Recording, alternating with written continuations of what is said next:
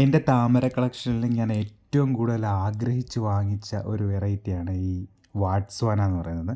അങ്ങനെ അവസാനം വാട്സ്വാന എനിക്ക് പൂവിട്ടിരിക്കുകയാണ്. അപ്പം ഒരു ബഡ് കൂടെ ഉണ്ട്. ഇതായിരുന്നു ആദ്യത്തെ ബഡ്.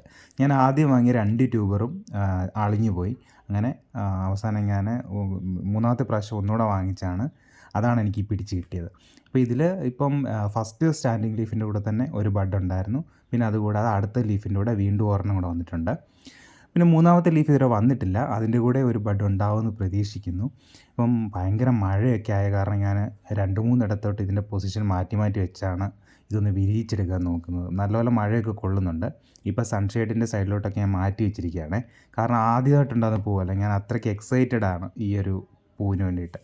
അങ്ങനെ അവസാനം നമ്മുടെ പൂ വിരിഞ്ഞിരിക്കുകയാണ്. പക്ഷേ പുറത്തുള്ള ഇതളൊക്കെ മഴയും പിന്നെ അതിൻ്റെ ഇടയ്ക്ക് നല്ല വെയിലും ഉണ്ടായിരുന്നു. അങ്ങനെ കുറച്ച് മോശമായിപ്പോയി. എന്നാലും നല്ല സുന്ദരിയാട്ടോ.